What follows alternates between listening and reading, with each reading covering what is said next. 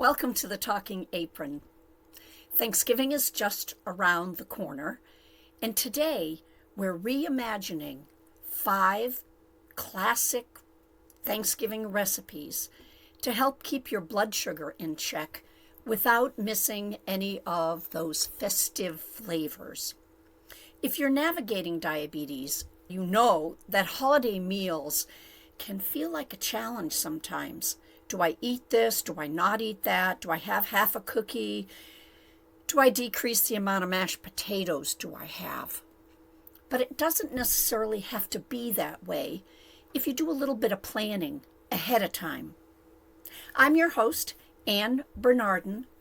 I'm a diabetic with a background of teaching nutrition and wellness, and listen in as I share some ideas with you on how to be creative with your traditional Thanksgiving recipes.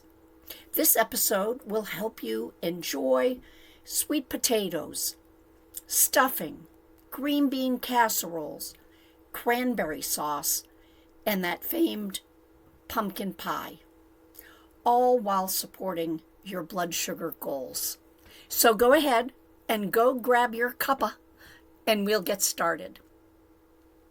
Sweet potatoes. We're going to start with my favorite.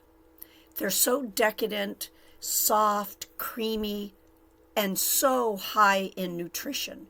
They're an orange vegetable, so they have vitamin A in it. Now, some people think of sweet potatoes and go, why? They're so high in carbohydrates. Well, they can be, yes, but especially at Thanksgiving, when you either put marshmallows and brown sugar on top or make some type of sweet sauce. So why don't we back it out a little bit and try to treat those sweet potatoes in a different manner so they can still be super sweet, but they're not going to have all those extra carbohydrates from the sugar or the brown sugar mixed in. Now, how do we do that? Well, it's in the cooking method. Try roasting your sweet potatoes, and what I love to do is I either slice them so they're in circles, and then I pan roast them, drizzle with olive oil, a little salt and pepper, and they caramelize, and they get really sticky sweet, yummy, luscious. And they add that candied flavor to your meal without all the extra brown sugar, marshmallows, etc. So you can also put a little bit of butter with some crushed pecans, a sprinkle of cinnamon, and sprinkle those on top, reheat, and now you've got yourself a much better option for your Thanksgiving meal using sweet potatoes. Now, for even more or a different type of recipe, you can make a type of mashed sweet potato, but add a little bit of vanilla and nutmeg and some butter, and now you have a mashed, really rich, deep flavor of a different kind of recipe for mashed sweet potatoes. Now, before we get into transforming more of the recipes, if you are listening and maybe you don't quite understand what the fuss is about carbohydrates, sugar, glycemic load, and what does fiber have to do with blood sugar, I've created a short guide that'll teach you what you need to know about carbohydrates and diabetes so you can make more informed choices, confident choices in what you're eating for your long-term diabetes care success. The link is in the description of this podcast or YouTube. Next up, we have stuffing. We always stuff the bird. Now, most stuffings are bread-based.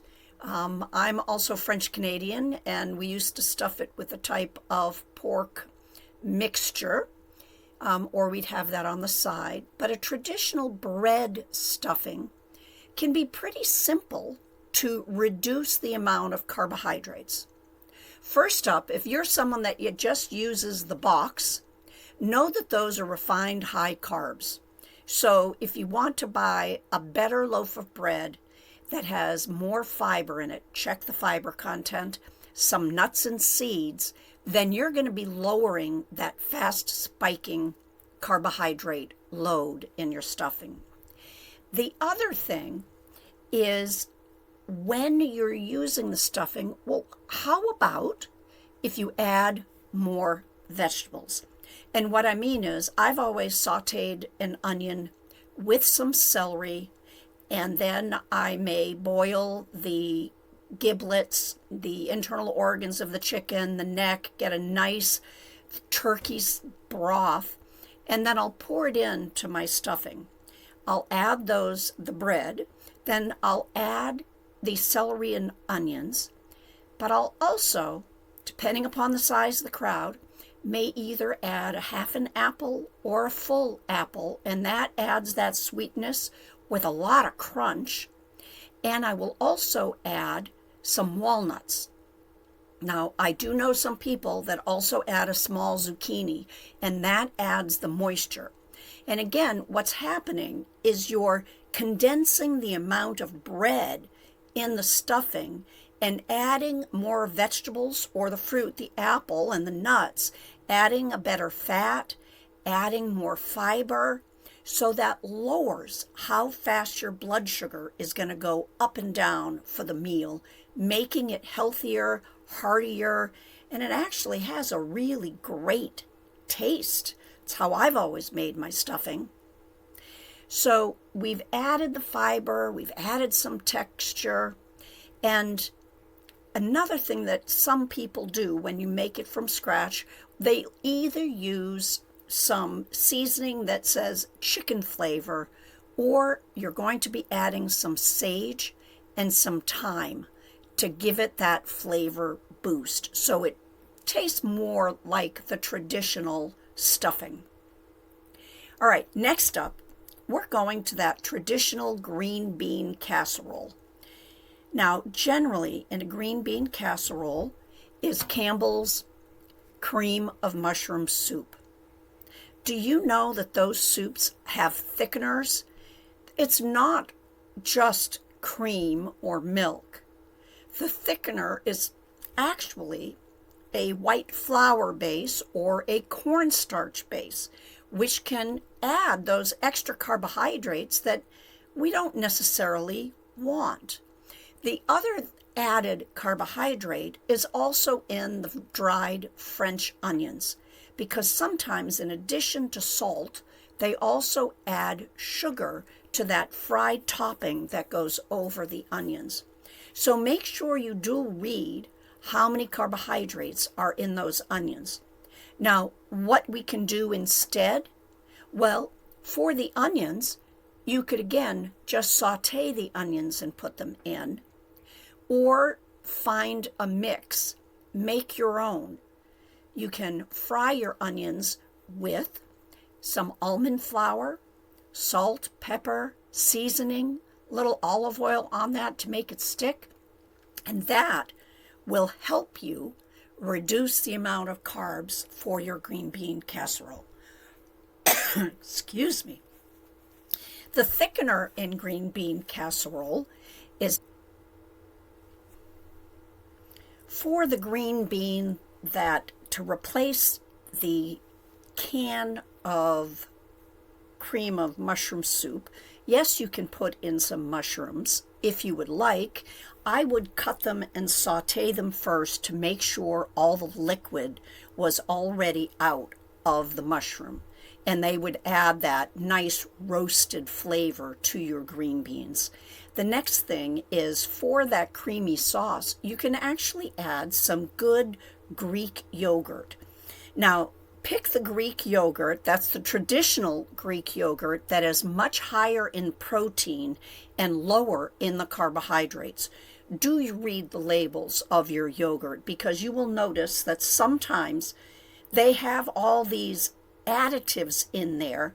They reduce the fat, but then they add some thickeners, which make the carbohydrates higher. I know it's always something that we have to look at to make sure that we are eating a lower carb type of meal, but also one that has more whole foods, that doesn't have all those additives in there. So with that green bean casserole, we're making a couple options. We're making our own onions, we're adding some Greek yogurt, and we're sauteing our mushrooms ahead of time to add a little bit different depth of flavor. And the same thing, you can go ahead and put those either in a crock pot or in the oven day before. Really easy to heat up day of, or Thanksgiving Day. Now, one of the other things is some people only use the canned green beans. Try using fresh. Cook them, steam them up ahead of time, cool them, and use fresh ingredients. And that'll take away some of that canned chemical taste that sometimes green beans have. All right, next up, we're going to pumpkin pie. I'm jumping right to pumpkin pie because pumpkin is a very good vegetable for a diabetic. It's high in fiber, it's low in carbohydrates, it's a nice orange vegetable to add that different vitamin A, good for your eyes, vitamin. So you start with the pumpkin. And yes, canned pumpkin is the easiest way to go, because it's already been pureed and cooked down with a lot of the water already taken out. But to that, do we have to add all that extra sugar? No, we don't. We don't have to add all the sugar to it. So first thing, for the filling, yes, add a little almond milk. That will reduce the carbs instead of regular milk. You'll be adding a little milk. You'll add your eggs. You'll add your pumpkin spice seasoning. You'll be mixing that up. Now you have a choice of what type of shell you want to put it in. I know that the option in our house is to go with more of a cheesecake and to reduce the carbs by having just a small crust on the bottom, like a graham cracker crumb, or one that is made with walnuts or almond flour. Now, you can also make an almond flour crust for your pumpkin pie. That will tremendously reduce the amount of carbohydrates in your meal. When I think of pumpkin pie, I also think of the whipped cream that goes on top. So when we're considering our dessert, remember, we don't have to have sweet in the crust, sweet in the filling, sweet in the whipped cream on top. We can reduce the amount of sugar in the filling by at least half. We can reduce the carbs in the crust by going to almond. And then maybe we'll put a splash of vanilla and a little bit of powdered sugar in the whipped cream to still give it that luscious, a little bit sweet taste. So this isn't about making our food boring. This is about transforming a meal to still have that yummy dessert flavor, but not be so high in carbs that we're going to be going into a glucose coma after we eat our Thanksgiving meal. Next up, we're talking about the cranberry sauce. Store-bought cranberry sauce can be loaded with sugar, and most of the time it's corn syrup. So you can make your own.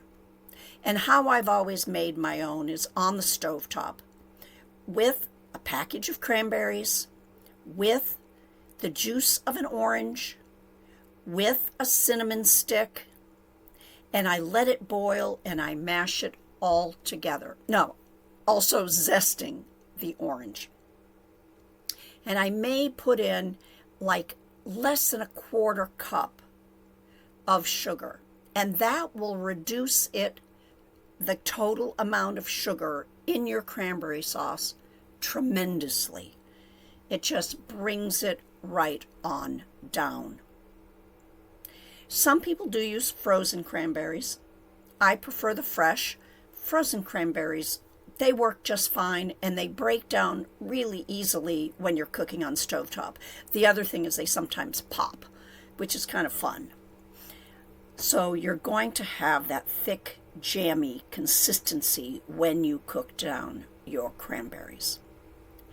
Now, one of the things when you're thinking about these recipes, if you are newly diagnosed or you have been in this stage of life with diabetes for a while now, give yourself a break.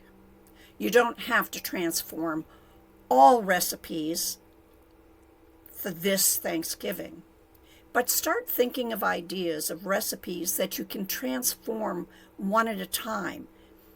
And maybe you'll have to alternate or cut down how much you eat, because it is also about portion control. It's not just about eating that one recipe. If you like to have 3 pieces of pumpkin pie, well, you better start there and lower the sugar content, the carbohydrate content. But if you're someone that's a good solid piece, well, maybe, and you really, really, really love stuffing, well, start with the stuffing so you can still enjoy that portion size that you're used to. And wrapping up, eating with diabetes around the holiday time doesn't mean you have to miss out on all those flavors that are familiar to you, that are culturally within your family's traditions. By making smart substitutions and then smart portion control, you can keep your blood sugar in check and enjoy all your holiday flavors. So for a quick recap, remember we have roasted sweet potatoes. We have a veggie or apple changed up stuffing. We have pumpkin pie that we've reduced the amount of sugar. And then we've changed up our green bean casserole to make it a little bit friendlier to our blood sugar. And we ended up with our cranberry sauce that has a zest of the orange flavor with a little bit of cinnamon tucked in. And we are ready to adorn and put on our plate beautiful slices of turkey with all the recipes that we've tried and altered and swapped out ingredients today surrounding those on the plate. Remember, enjoying the holidays is about savoring each bite mindfully and in great company. Whether you try one of these swaps or all 5, all and every small change that you make will have a big impact on your health over time. Thank you for tuning in to the Talking Apron. Wishing you a happy, healthy, and delicious Thanksgiving. Don't forget to subscribe and join us next week for more tips about living your best life with diabetes.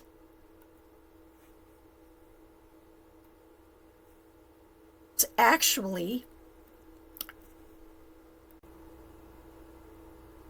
hello again. This is Ann reporting in about 5 hours after I recorded this podcast. Once I went ahead and listened to it, I found there were so many stuttering, missed words, backwards thoughts, that I thought I'd give you a heads up rather than a re-record. And why I'm giving you a heads up is this afternoon, while I was recording, my blood sugar was trending high. In fact, it went up to 250, mainly because I wasn't absorbing the insulin that my insulin pump was giving me. I had to go through a couple pump site changes until finally I found a place that was absorbing the insulin as it should. But I thought I'd give you this podcast as an example of what happens to your brain when your blood sugar is too high.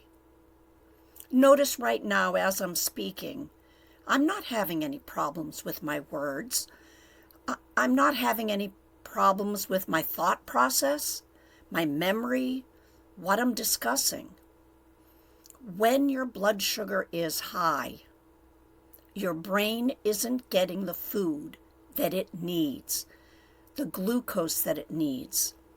This is why I podcast, to give you more information.